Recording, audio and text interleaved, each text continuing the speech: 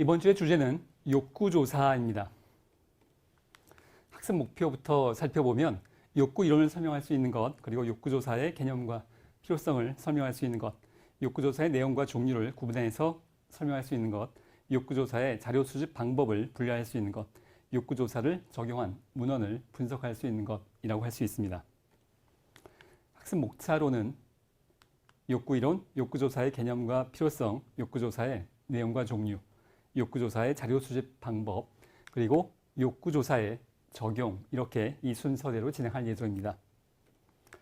자, 첫 번째로 욕구이론입니다. 이 욕구이론은 아마도 실천 관련된 과목에서도 다루게 되는 거라 여러분 중에 여러분이 익숙하실 것 같은데요. 복습의 의미도 포함되어져 있습니다.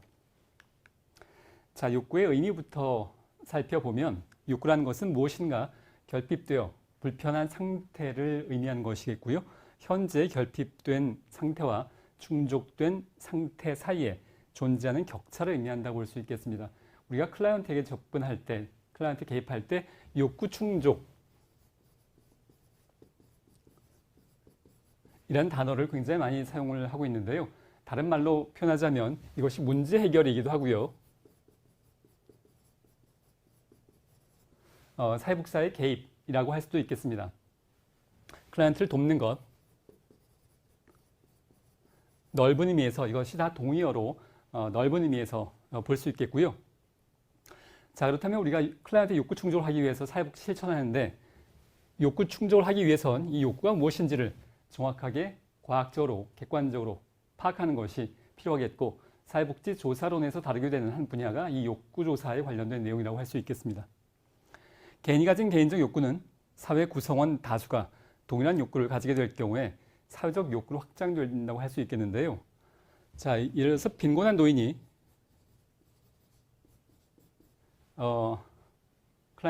어르신 클라이언트가 한 명 있다고 했을 때 그것은 개인의 욕구, 빈곤이라는 결핍의 상황일 수 있겠는데요. 그것이 한 명이 아니라 사회 구성원 다수가, 우리나라 사회에서 노인 빈곤율이 높기로 굉장히 유명한 나라 중에 하나인데요. 자, 사회 구성원 다수가 동일한 욕구를 가지게 될 경우에는 우리가 이것을 사회적인 욕구라고 표현하기도 합니다.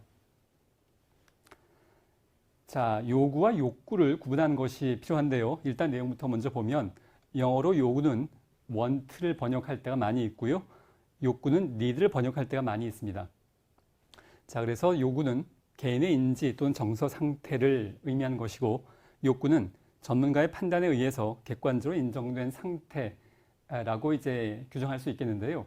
자, 일단 전제할 것은 뭐냐면 학자들에 따라서 이 요구와 욕구, want와 need의 용법과 그 적용은 굉장히 혼용되어지고 혼동돼서 사용되어지고 있기 때문에 여러분들이 보게 될 문헌이나 자료에 따라서 이것만 혼동돼서 사용하게 되는 경우가 적지 않게 있습니다만, 일단 내용을 구분하는 것이 더 중요하겠습니다. 용어보다는 이 내용을 이해하시는 것이 필요할 텐데 이 두 가지를 구분하시는 것. 여기서 개인이라는 것은 클라이언트를 이야기한다고 보시면 되겠고요. 여기 전문가는 우리는 주로 사회복지사를 의미한다고 보면 되겠습니다. 자, 개인의 인지 또는 정서 상태가 사회복지사 판단에 의해서 객관적으로 인정한 상태와는 항상 동일하지 않아서 항상 동일한 것은 아니어서 가장 전형적인 경우가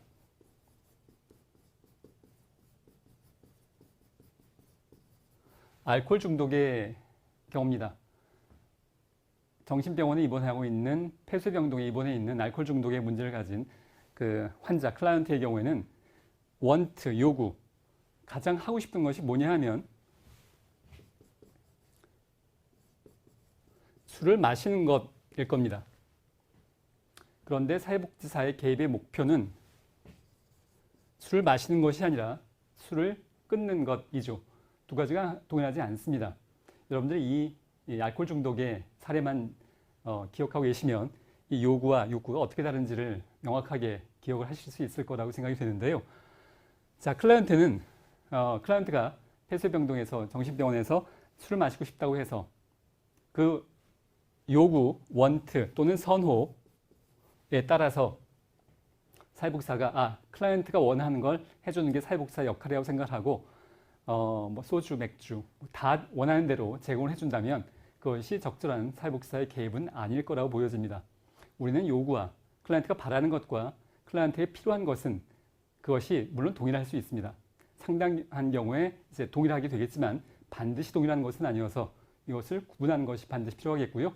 우리가 욕구 이론 또는 욕구 조사라고 했을 때 요구도 중요한 부분 중에 하나입니다만 우리에게 더 중요한 것은 욕구, 니드라고 할 수 있겠습니다. 자, 욕구 이론과 관련됐을 때 가장 유명한 것은 매슬로우의 욕구 위계론입니다. 보신 바와 같이 피라미드 형태로 설명을 많이 하고 있는데요. 아마 여러분들이 이 화면을 보시면서 여러분이 알고 있는 것과 좀 뭔가 다르다라고 느끼실 수 있겠는데 보통 많이 알려진 것은 5단계 욕구 위계 이론입니다. 그런데 여기서는 지금 7단계로 설명을 하고 있는데요. 일단 매슬로우의 초기 저작에서는 5단계 이론을 제시했고요. 그리고 이 5단계 이론이 전문가들 그리고 일반 대중들에게 굉장히 선호받고 각광받고 많이 알려지면서 동의받으면서 매슬로우가 후기 저작에 본인이 후기 저작에 이것을 7단계로 확정했습니다. 5단계에서 7단계로 가면서 추가된 것은 인지적 욕구와 심리적 욕구 이 두 가지가 추가가 된 내용이라고 할 수 있겠는데요. 자, 이렇게 본인들의 이론이 많이 알려지면서 이것을 확장한 경우는 사회과학에서 적지 않게 있습니다. 꼭 매슬로우뿐만이 아니라 예를 들자면 그 인지행동 치료에서 앨리스의 이론, 자, 뭐 이 내용을 자세히 지금 할 수는 없겠는데요. ABCDE 이론이 많이 알려지고 치료적인 효과가 알려지면서 나중에 후기 저작에서는 F를 하나 더 추가했죠. 여러분들이 문헌해 보시면 어떤 경우는 ABCDE 모델, 어떤 경우는 ABCDE F 모델 이렇게 되어져 있는 경우가 있을 겁니다. 매슬로우 경우는 마찬가지라고 보시면 되겠는데요. 자, 매슬로우 욕구 위계론을 이렇게 피라미드 형태로 그리는 것은 이 욕구들이 위계적인 관계이기 때문에 그렇습니다. 자, 저 피라미드는 마치 빌딩이라고 생각하시면 되겠는데요. 1층이 있고 2층이 있게 되지 1층이 없이 2층이 있을 수는 없습니다. 물론 이제 요즘에 현대와서의 건물 구조에는 1층이 주차장을 이용하기 위해서 기둥만 있는 경우도 있긴 있습니다만 그건 최근의 얘기고 1층이 없으면 1단계가 없으면 2단계가 존재할 수 없다는 것의 의미를 우리가 보통 피라미드 형태로 그리게 됩니다. 이런 위계론적인 내용들이 사회복지 학문에 이것 말고도 여러 가지가 있죠. 대표적으로 로엔버그와 돌고프의 윤리적 원칙 심사표라거나 아래부터 차근차근 윗단계로 올라가게 되는 것에 내용들이 여러 가지가 있는데요. 여러분들이 여기서 또 구분하셔야 할 것 중에 하나는 모든 이론들이 위계적이지는 않아서 이 위계의 의미를 잘 여러분들이 이해하셔야 될 텐데 유명한 바이스텍의 7대 원칙, 바이스텍의 관계 7대 원칙, 개별화부터 시작이 돼서 의도적 감정 표현 이렇게 쭉 7번까지 이어지는 것이 있는데요. 이것은 위계적이지 않습니다. 1번이 있고 2번이 형성이 되고 2번이 있어야 3번이 형성되고 그런 관계가 아니라 중요한 것들을 병렬로 쭉 나열한 것의 의미이지 위계적이지 않습니다. 그런데 매슬로우는 이 위계적 이렇게 피라미드로 그린 것의 의미는 아래가 먼저 발생하고 존재해야 충족이 돼야 그 다음 단계로 올라갈 수 있다라는 말의 의미로 이해하시면 되겠습니다. 자, 그리고 이 표에 보시면 지금 이 화면은 개요라고 이해하시면 되겠고요. 이 하나하나의 내용은 잠시 후에 좀 더 설명을 드립니다. 4단계까지가 결핍 욕구이고요. 5, 6, 7단계가 성장 욕구라고 구분하기도 하겠고요. 자, 낮은 단계의 욕구와 높은 단계 욕구 이렇게 설명을 합니다. 자, 이제 하나하나 좀 더 보도록 할 예정입니다.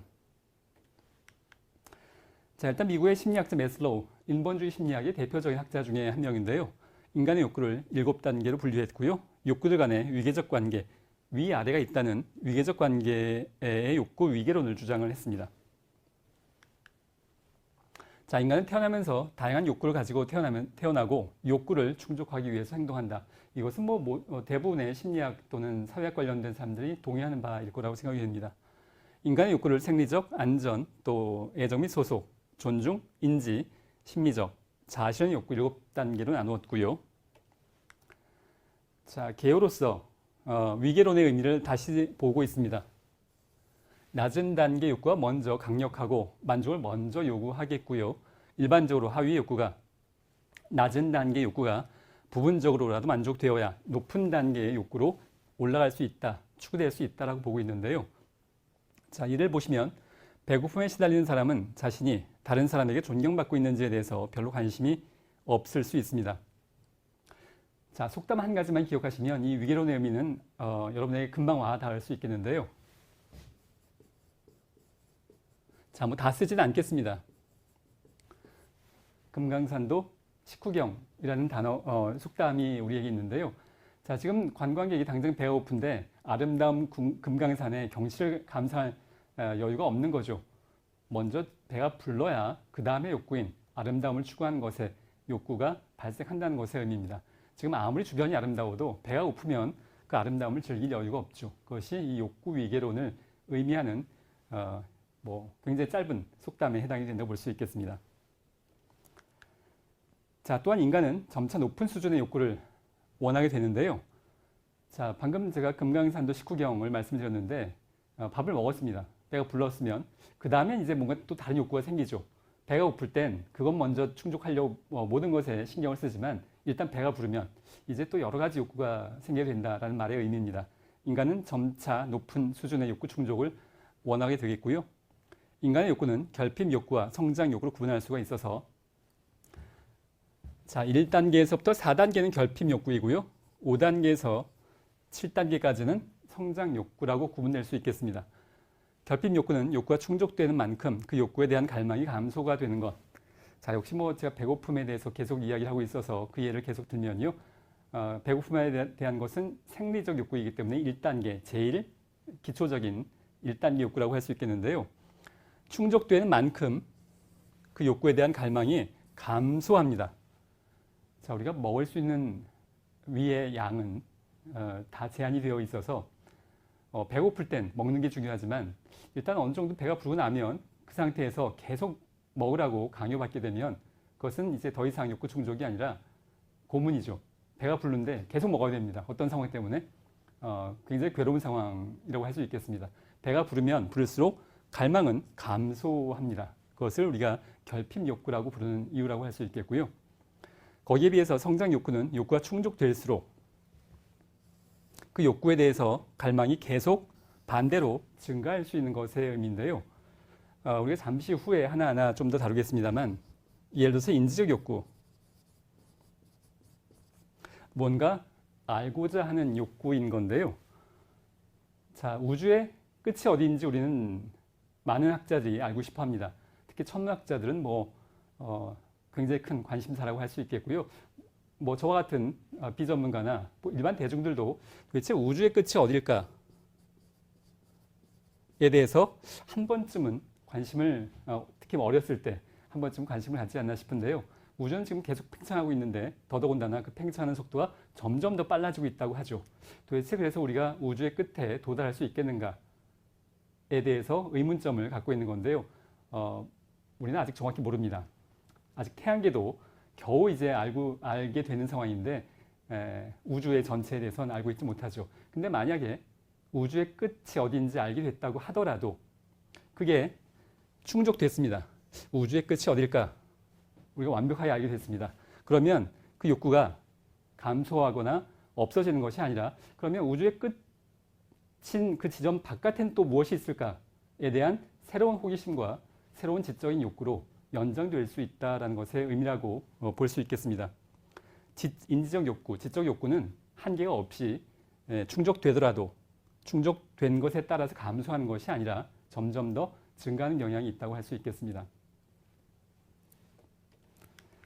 자, 이제 욕구 7단계를 하나하나 좀 살펴보려고 합니다. 자, 가장 기초적인 욕구는 생리적인 욕구, 가장 강력하고 기본적인 욕구인데요. 식욕, 수면욕, 갈증, 성욕 등과 같이 생물학적인 욕구를 가장 기본적인 내용으로 할 수 있겠습니다. 자, 그런데 매슬로우의 욕구 이론도 그렇듯이 모든 사회과학 이론들이 인간의 행동을 완벽하게 설명해주는 그런 이론은 존재하지 않습니다.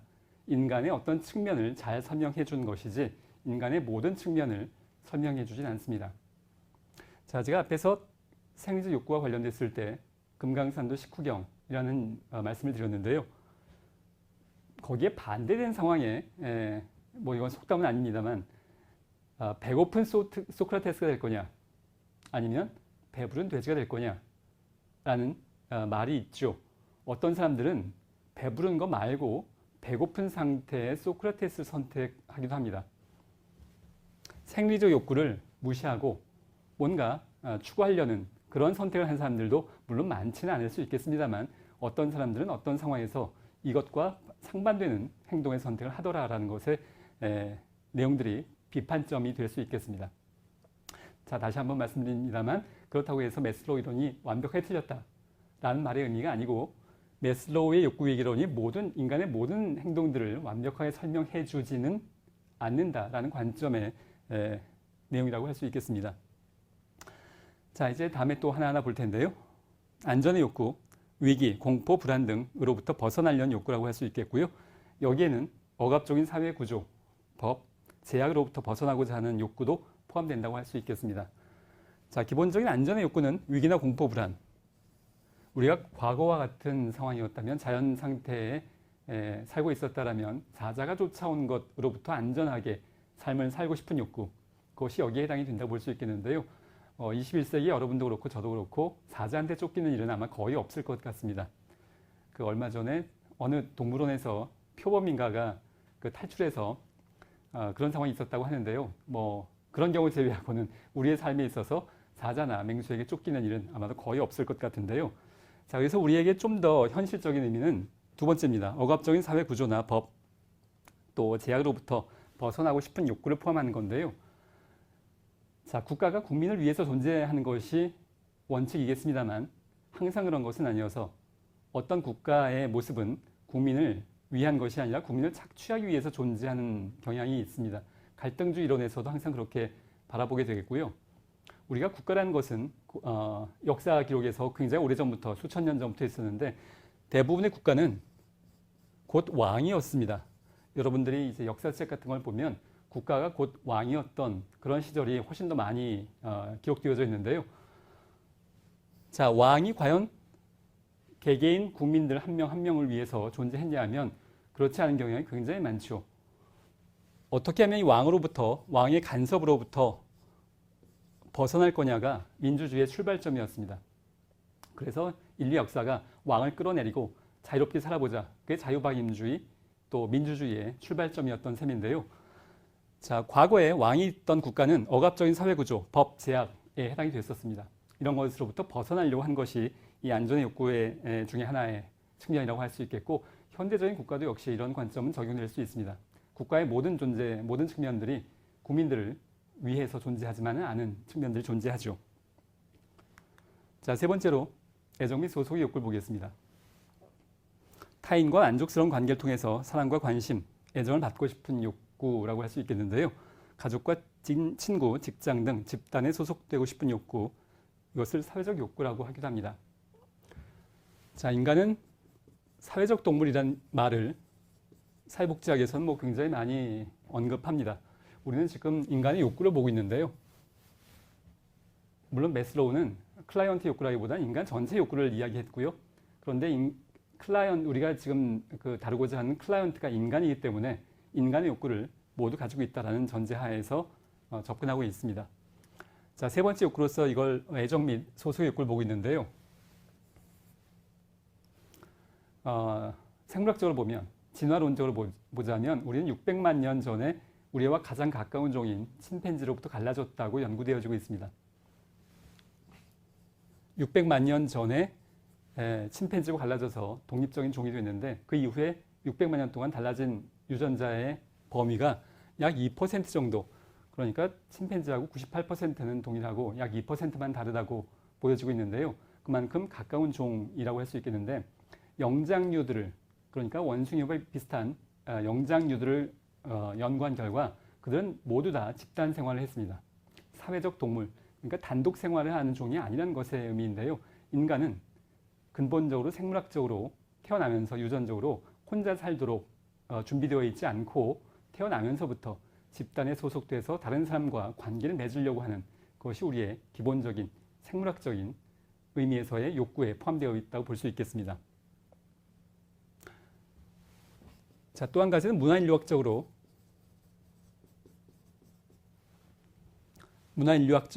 20세기 초반에 산업사회에 영향을 받지 않은 인간의 원형을 갖추고 있는 오지의 사람들을 찾아다니려고 문화인류학자들이 전 세계를 뒤지고 다녔습니다. 20세기 초반부터.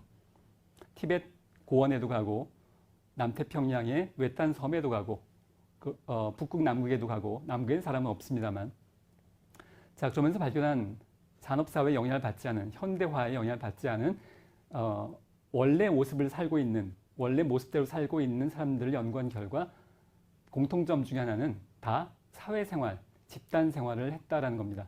단독생활하는 마치 로빈슨 크루소처럼 혼자 살고 있는 그런 인간의 모습은 전혀 발견하지 못했습니다. 우리는 근본적으로 사회적 동물이고 그런 만큼 애정 및 소속의 욕구는 굉장히 강력한 욕구 중에 하나라고 할 수 있겠습니다. 자, 네 번째로 존중의 욕구를 살펴보겠습니다. 능숙함, 자신감, 성취감 등을 통해서 타인으로부터 인정받고 싶은 욕구인데요. 자, 문헌에 의하면 여러 가지 이제 자료에 의하면 이것을 자존의 욕구라고 기록한 경우도 있습니다만 매슬로우는 이것을 셀프 이스팀이라고 표현하지 않았고 그냥 이스템 니즈 그러니까 존중, 존경의 욕구라고 표현했는데요. 이것의 근본적인 의미는 셀프 이스팀의 의미가 아니라 타인으로부터 인정받고 싶은 욕구. 그러면 이걸 통해서 자존감도 높아진다. 라고 설명을 해서 여기서의 중요한 의미는 저 존중의 욕구가 셀프 이스팀이라기보다는 남들로부터 인정받고 싶은 욕구가 보다 더 강력한 매슬로우가 이야기했던 근본적인 의미라고 할 수 있겠습니다. 그러니까 타인으로부터 무시받지 않고 타인에게 영향력을 미칠 수 있는 그런 상황을 이야기하는 건데요. 좀 더 구체적으로 이야기하자면 사회적인 성취 또는 재산 우리가 이런 걸 왜 추구하냐 하면 타인으로부터 인정받고 싶기 때문에 추구한다라고 보는 것이 이 네 번째 욕구 7단계에서 네 번째 존중의 욕구에 해당한다고 볼 수 있겠습니다. 자, 다섯 번째로 인지적 욕구. 앞에서 말씀드린 것처럼 뭔가 알고자 하는 욕구라고 할 수 있겠는데요. 모르는 것을 이해하고 탐구하고자 하는 욕구. 세상이 어떻게 돌아가는지를 알고 싶은 겁니다. 농경사회에서 계절의 변화는 굉장히 중요한 생존을 좌우하는 것에 관련된 지식 체계였다고 할 수 있겠는데요. 갑자기 겨울이 된다거나 또는 뭐 태풍이 온다거나 가뭄이 발생한다거나 이것은 농경사회에서 생존의 문제였는데 도대체 왜 그런 계절의 변화가 되는지 이런 것들에 대해서 알고 싶어하는 것 그것이 이 인지적 욕구에 해당이 되겠고요. 근본적으로 우리가 사회복지조사론에서 이야기하고 있는 과학과 연결되어 있는 내용이라고 할 수 있겠습니다. 자, 다음은 여섯 번째 심미적 욕구입니다. 아름다움을 추구하는 욕구인데요. 자연과 예술에서 질서와 조화, 미적 감각 등을 추구하려는 욕구라고 할 수 있겠습니다. 자, 우리가 어떤 개념을 이해할 때 정반대 상황을 놓고 이해하면 훨씬 더 이해하기가 쉬울 때가 많이 있는데요. 자, 심미적 욕구가 있는 굉장히 결핍되어져 있는 충족되지 않은 상황을 한번 비교해 보면 여러분의 일상생활의 삶이 매 시간마다 공사장처럼 막 시끄러운 소음이 들리고 화장실의 악취가 매일매일 풍기고 또 편안하지 않은 환경에서 아주 딱딱한 바닥에서 잠을 자야 되고 이런 상황이 삶이 편안할 것 같지 않고요. 뭔가 좀 내 주변이 편안하고 안락하고 아름답고 꽃 향기가 나면서 새도 좀 지저귀고 뒷마당에 물소리도 흐르고 자 이런 것 내 주변의 삶이 뭔가 조화롭고 아름다움을 추구하고 싶어하는 것 그것이 심미적 욕구의 의미라고 할 수 있겠습니다. 자 마지막 단계는 자아실현의 욕구인데요. 자신이 원하는 것을 발견하고 잠재력을 실현하고자 하는 욕구입니다. 사실 이 문장의 이 표는 현대인들에겐 굉장히 익숙한 표현이긴 합니다만 이것이 그렇게 쉽게 실현되지는 않을 것 같아서 매슬로우도 가장 높은 단계의 욕구라고 봤는데요. 이것을 4단계의 존경의 욕구와 구분을 하셔야 됩니다. 존경의 욕구는 주로 남들이 나를 어떻게 바라보는가에 관련된 거여서 남들이 나를 인정해주고 날 무시하지 않고 그런 측면이라면 자아실현의 욕구에 관련된 이 내용은 내가 원하는 내가 진정을 바라는 나에 관련된 얘기입니다. 남이 나를 어떻게 바라보던 정말로 내가 원하는 것을 실현하려고 하는 욕구 이것이 마지막에 자아실현의 욕구라고 할 수 있겠는데요. 제가 이 자아실현의 욕구와 관련됐을 때 예를 드는 것 중에 하나가 오펜하이머라는 여러분들이 알고 있는 유명한 미국의 회사인 애플 회사의 재무 책임자였던 오펜하이머라는 사람이 비교적 젊은 나이에 은퇴를 결정하면서 굉장히 많은 부를 형성할 수 있는 좋은 직업을 포기하고 이제 은퇴를 한다고 해서 기자들이 이제 많이 물어봤죠. 도대체 뭘 하려고, 이제부터 뭘 할 거냐. 그랬더니 이 오펜하이머라는 사람이 가족과 함께 시간을 보낼 거고 비행기 조종을 배우겠다 라고 좀 엉뚱해 보이는 대답을 했는데요. 뭐 자세한 내용은 저도 모르겠습니다만 아마도 그 삶의 과정 중에 비행기를 조종하는 것이 자신의 꿈이었을지 모르겠습니다. 돈을 버는 일을 포기하고 비행기를 조종하는 일을 배우겠다라고 하는 것은 그게 남들이 뭐라고 하던, 남들은 돈을 많이 버는 것을 인정하고 기대할 수 있겠지만 그것과 관계없이 자신이 정말로 원하고 싶은 것을 실현하려고 하는 그 욕구가 바탕이 되었다고 할 수 있겠습니다. 자, 다음으로 학자가 바뀌었습니다. 자, 이번엔 매슬로우 말고 브래드쇼라는 학자의 욕구 유형을 살펴보도록 할 예정인데요. 네 가지가 있습니다. 첫 번째는 규범적 욕구인데요. 자, 규범이라는 것은 지켜야 할 기준을 의미합니다. 자, 규범적 욕구는 전문가에 의해서 규정된 욕구라고 할 수 있겠는데요. 최저생계비라거나 최저생계비라는 어떤 특정한 기준이 있을 수 있겠는데 이 기준을 사람들끼리 모여서 합의할 수만은 없습니다. 전문가들이 최저생계비는 이러이러한 것 포함시켜야 되는 것, 그래서 어떤 복잡한 이론적인 내용을 포함해서 반영해서 최저생계비는 이러이렇다라고 결정을 하죠. 자, 전문가의 판단에 의한 겁니다. 또 암을 유발하는 흡연량의 기준도 마찬가지라고 할 수 있겠습니다. 자, 근데 이것이 전문가의 판단한 과정에 있어서 관습이나 권위, 여론을 반영해서 전문가가 혼자 결정하는 것이 아니라 이런 것들을 반영해서 결정한다고 할 수 있겠습니다. 자, 최저생계비의 경우에도 사회마다, 시대마다 저 기준은 달라질 수밖에 없어서 저것이 단지 굶어 죽지 않고 얼어 죽지 않고의 기준만이 아니고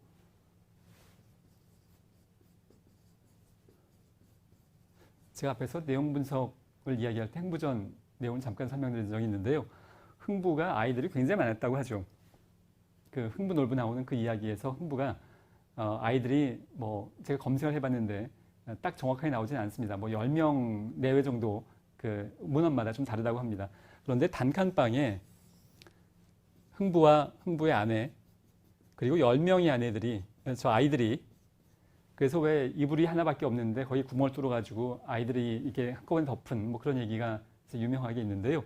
자, 단칸방에 아이들 한 10명과 부모가 함께 사는 것, 이 당시엔 그렇게 큰 문제가 아니었을 수 있겠는데요. 지금 21세기에 이렇게 살라고 하면 아무도 이 상황을 받아들일 수 없을 겁니다. 최저생계 상황의 이하인 셈이죠. 최저생계비라는 것이 단순히 생물학적 생존만을 의미하는 것이 아니라 사회에 따라서 사람의 삶이라는 건 이 정도는 돼야 돼 라는 것의 기준은 사회마다 달라지고요. 우리 사회도 점점 높아지고 있다고 볼 수 있겠습니다. 자, 개량화된 기준으로서 제시되는 경우가 많기 때문에 욕구 충족의 여부를 판단하기가 용이하다고 할 수 있겠습니다. 자, 두 번째로 체감적 욕구인데요. 자, 이건 영어와 함께 이해하시는 것이 바람직합니다. 영어에 보면 이것이 felt라는 단어를 쓰고 있는데요. 이것이 느끼다, 감정, 이런 것을 느끼다의 feel의 과거 분사, feel, felt, 과거 분사 형용사인 셈입니다. 그래서 다른 말로 하자면 느껴진 욕구의 의미라고 할 수 있겠는데 이것을 이제 한자로 바꿔서 체감적 욕구라고 많이 하고요. 클라이언트 개인이 느끼는 욕구입니다. 주관적 욕구라고 할 수 있겠고요. 주로 설문조사를 통해서 응답자에게 선호하는 것을 물어보는 방식으로 욕구를 파악하게 됩니다. 우리가 앞으로 이제 남은 시간, 이 뒤에 남은 시간에 오랫동안 시간 할애를 할 지역사회 욕구조사가 이 체감적 욕구에 해당이 된다고 볼 수 있겠고요. 자, 이 체감적 욕구의 단점 중에 하나는 이 욕구가 실제보다 객관적 기준보다 과대하게 측정될 가능성이 있던 것의 단점 중에 하나인데요. 많은 클라이언트가 자신의 욕구를 어떤 것을 원하십니까? 어떤 것이 부족하십니까? 이렇게 물어봤을 때 객관적 기준보다 더 과장하거나 더 과대하게 체감해서 보고하는 경우가 많이 있기 때문입니다. 자, 이러한 체감적 욕구는 감지된 욕구 또는 인지적 욕구라고 하기도 하고요. 사회복지 서비스 이용자로서 조사 대상자 욕구 파악은 중요하지만 개인의 선호에 따라서 기준이 불안정하고 클라이언트 한 명 한 명마다 기준이 불안정할 뿐만이 아니라 시기에 따라서 동일한 클라이언트의 동일한 어떤 욕구 측정이 관련된 조사를 하더라도 그것이 어제 다르고 오늘 다르고 뭐 이것이 좀 너무 심하다면 1년 전과 1년 후는 굉장히 다를 수 있습니다. 자, 욕구가 수시로 변경될 수 있다는 것을 고려해야 됩니다. 자, 세 번째는 표출적 욕구인데요. 표현되어진 욕구입니다. expressed, 표현되어진 욕구인데요. 체감적 욕구가 행동으로 표출돼서 구체적인 서비스 수요로 표명된 상태의 욕구라고 할 수 있겠는데 대표적인 예가 사회복지 서비스의 대기자 명단이라고 할 수 있겠습니다. 사회복지 서비스의 공급과 수요를 비교해 보면 사회복지사가 공급해 줄 수 있는 서비스 양보다 그 서비스를 필요로 하는 클라이언트의 수요가 항상 많은 경우가 훨씬 더 많다고 할 수 있겠습니다. 그렇다면 공급이 뭐 수치적으로 표현하자면 공급이 10인데 필요로 한 사람이 100명이라면 나머지 90명은 이 서비스를 받을 수가 없습니다. 우리는 사회복지사 마음만 먹으면 무한대 자원과 무한대 인력을 가지고 원하는 클라이언트가 오기만 하면 서비스를 제공할 수는 없습니다.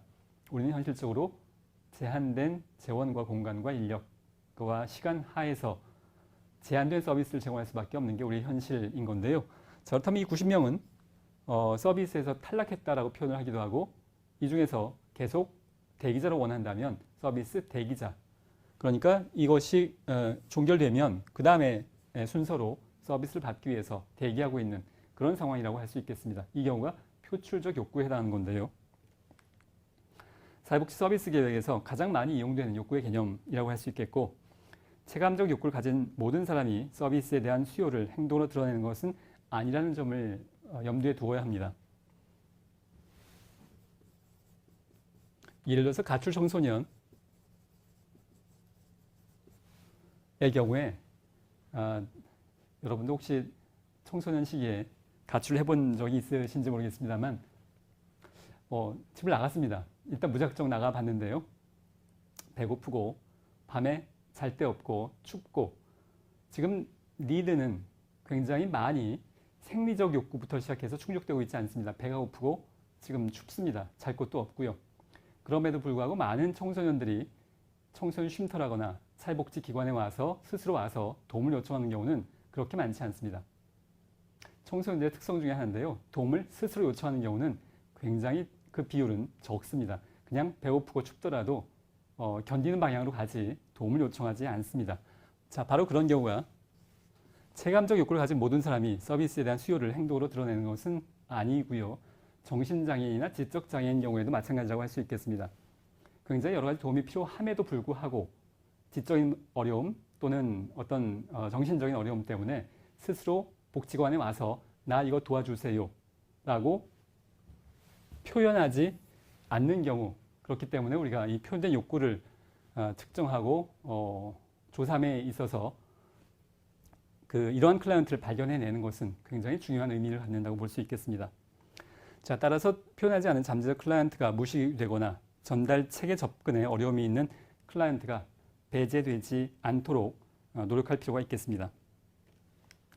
자, 브래드쇼의 욕구 유형 마지막으로 비교적 욕구입니다. 서로 다른 집단이나 타 지역을 비교해서 판단하는 욕구라고 할 수 있겠는데요. 예를 들자면 장애인복지관이 없는 시는 장애인복지에 대한 욕구가 높을 것이라고 그 두 지역을 비교해서 판단하는 경우라고 할 수 있겠습니다. 제가 이제 대도시에서 이제 거주를 하면서 노인 클라이언트, 저도 이제 지역사회에서 많은 어떤 활동을 하고 있지는 않습니다만 경제적으로 어려운 많은 노인분들이 폐지를 줍는 분들이 점점 더 많아지는 것 같습니다. 폐지를 줍는다는 것은 경우에 따라서는 그야말로 소일거리를 위해서 신체적인 운동 삼아 하는 분들도 일부 있겠지만 많은 경우에 경제적 빈곤의 척도일 텐데요. A 지역과 B 지역 사이에 폐지를 줍는 노인의 수가 A 지역이 많고 B 지역이 적다면 A 지역의 노인 빈곤이 더 심각하다, 더 많은 욕구가 있다라고 볼 수 있겠습니다. 자, 그런 것이 이제 비교적 욕구의 의미라고 할 수 있겠고요. 지역 특성을 고려한 상태에서 두 집단의 욕구를 비교하는 것이 바람직하다고 할 수 있겠습니다. 자, 이제 두 번째로 넘어가서 욕구조사의 개념과 필요성에 대해서 살펴보겠습니다. 자, 욕구조사의 개념. 우리가 욕구라는 이론을 다루는 것은 욕구조사를 잘 하기 위해서인 건데요. 지역사회 주민이나 특정 클라이언트 집단의 욕구의 종류 그리고 수준을 파악하기 위한 조사라고 할 수 있겠습니다. 자, 구체적으로 제가 근무했던 지역사회복지관 한 1995년경인데요. 그 당시에 지역사회복지관에 근무하면서 그 복지관이 이전을 했습니다. 원래 있던 지역에서 다른 지역으로 이전을 했는데 이전을 하면서 첫 번째 했던 일이 이 지역사회 주민이나 특정 클라이언트 집단의 욕구 종류와 수준을 파악하기 위한 욕구조사, 지역사회 욕구조사였습니다. 그 지역에서 과연 복지에 관련돼서 무엇을 원하는지를 아는 것부터가 복지관을 새롭게 오픈하면서의 중요한 일이었던 셈이죠. 지역 주민들의 욕구에 근거해서 사업을 펼쳐나가는 그런 계획을 세웠던 건데요. 구체적으로 그 당시에 욕구조사된 지역사회 주민들이 바라는 새로운 사회복지관에 바라는 내용 중에 하나는 학교 중단 청소년. 그 당시에 이런 표현이었습니다. 지금은 학교 밖 청소년 이런 단어를 쓰는데요. 그리고 정신장애인. 지역사회 안에서 학교를 다니지 않고 별 특별한 일 없이 배회하는 청소년들이 있거나 또는 정신장애인들이 이제 탈시설화 영향으로 정신장애인들이 지역사회에 많이 같이 살게 되면서 뭔가 사회복지 서비스가 저들에 대해서 도움을 줘야 그래야 함께 살 수 있는 것이 훨씬 더 가능하지 않겠나라는 관점들이 조사가 되었고요. 그런 조사 결과를 바탕으로 이런 지역사회 욕구조사를 바탕으로 실제로 이런 사업을 우선적으로 실시했었습니다. 자, 이것이 욕구조사의 실천적인 활용도라고 할 수 있겠고요. 자, 이 욕구조사의 지금 키워드가 주어가 지역사회 주민, 특정 클라이언트 이렇게 두 가지를 나누어서 지금 일단 제가 주어로 표현하고 있습니다만 이 두 가지를 명백하게 나눈 것은 굉장히 어렵습니다. 그래서 제가 문맥상 어떤 경우에는 둘 중에 하나만 쓰기도 하고 함께 쓰기도 하고 이렇게 앞으로 진행이 될 텐데요. 자, 이 둘을 명백하게 구분하는 것은 어려운 이유가 일단 지역사회 주민 전체가 삶의 질을 높이는 것이 필요하다는 관점에선 지역사회 주민 전체가 클라이언트입니다. 지역사회 복지 관점에선 지역 주민 전체가 어떤 특별한 문제가 있어서가 아니라 지역사회 주민 전체가 사회복지 프로그램과 사회복지사 역할의 대상이 될 수 있겠고요. 어떤 특정 클라이언트, 뭐 장애인이거나 뭐 노인이거나 빈곤한 노인이거나 그런데 지역사회 주민이 저런 장애인, 노인과 완벽하게 구분되어 있냐 하면 지역사회 주민 중에 일부는 잠재적으로 항상 이런 특정한 클라이언트가 될 가능성이 얼마든지 열려 있습니다. 제가 오늘 이 강의를 마치고 집에 가다가 교통사고로 중도 장애인이 될 가능성은 얼마든지 열려 있고요. 모든 사람에게 그 가능성은 열려 있습니다. 마찬가지로 지역사회 주민과 특정 클라이언트를 완벽하게 구분하는 것이 어려운 이유 중에 하나라고 할 수 있겠습니다. 자, 지역사회 주민들이 필요로 하는 각종 서비스 또는 프로그램을 파악하고 우선순위를 결정하기 위해서 실시가 되는데요. 자, 이런 내용입니다. 자, 욕구조사의 필요성을 좀 더 구체적으로 몇 가지 알아보면 정보의 획득입니다. 지역 주민과 클라이언트의 욕구나 문제를 판단할 수 있는 정보를 획득할 수 있겠고요. 우리는 지금 지역사회 주민들의 욕구를 알고 싶은 건데요. 욕구조사라는 것은 사회복지조사의 한 분야이고요. 사회복지조사는 사회과학의 한 분야입니다. 그리고 사회과학은 과학의 한 분야이죠. 넓은 의미에서 욕구조사도 과학을 추구하는 것이라고 할 수 있겠고요. 지역 주민들이 가진 욕구를 어떻게 정확하게 객관적으로 파악해낼 거냐를 과학적으로 접근하자라는 말의 의미입니다. 그냥 시장에서 길 가는 주민을 만나서 저 복지관에서 뭘 하면 좋겠나요?